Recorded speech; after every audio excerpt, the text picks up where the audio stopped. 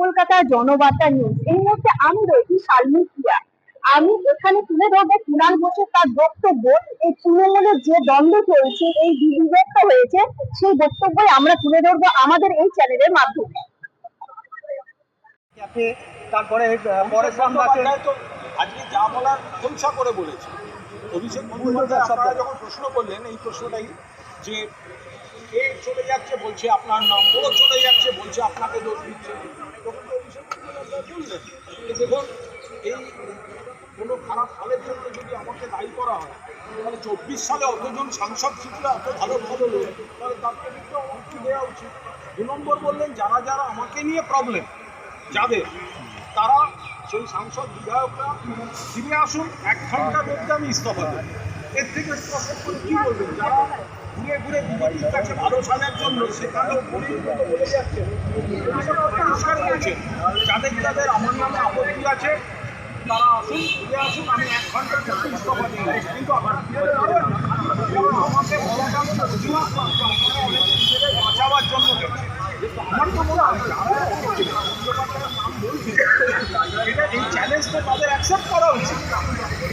অভিষেক বলছেন যে আমার নামে যাদের আপত্তি ফিরে আসুন, 1 ঘন্টার মধ্যে ইস্তফা দেবো, নইলে প্রমাণ হয়ে যাবে আপনারা নিজেদের এরিয়াতে দুর্নীতি ভাবতে চাচ্ছেন।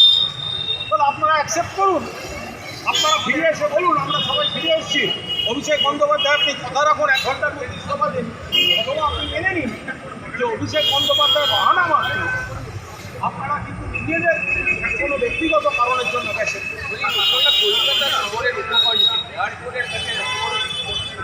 এই গোটা বিষয়টা এখন রাজ্য পুলিশ, রাজ্য গোয়েন্দা, কেন্দ্রীয় পুলিশ, কেন্দ্রীয় গোয়েন্দা গোটাটাই বিজেপি। ফলে কী হয়েছে, কেন হয়েছে, কাদের বিস্ফোরণ, কারা জড়িত, গোটা বিষয়টা প্রশাসন পুলিশ তারা। এর আগে সৌগত মোল্লার ছেলের ক্যাফে পরেশরাম দাসের আশ্রম ভাঙার জন্য বুলডোজার কাজ চলছে। সারাদিন বিজেপির সঙ্গে ঘুরতে ঘুরতে আমার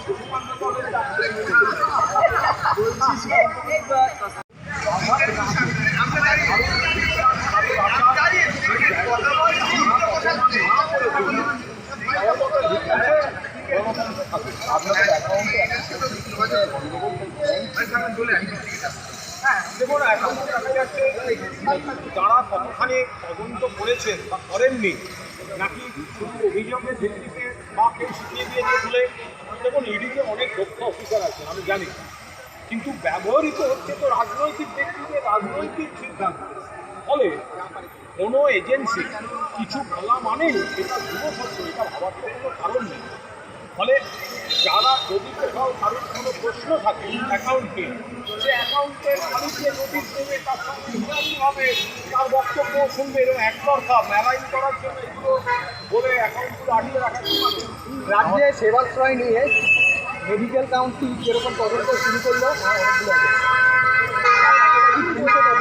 বিভিন্ন রকম অভিযোগ সেবাশ্রয়। আমি সেবাশ্রয় বলতে পারবো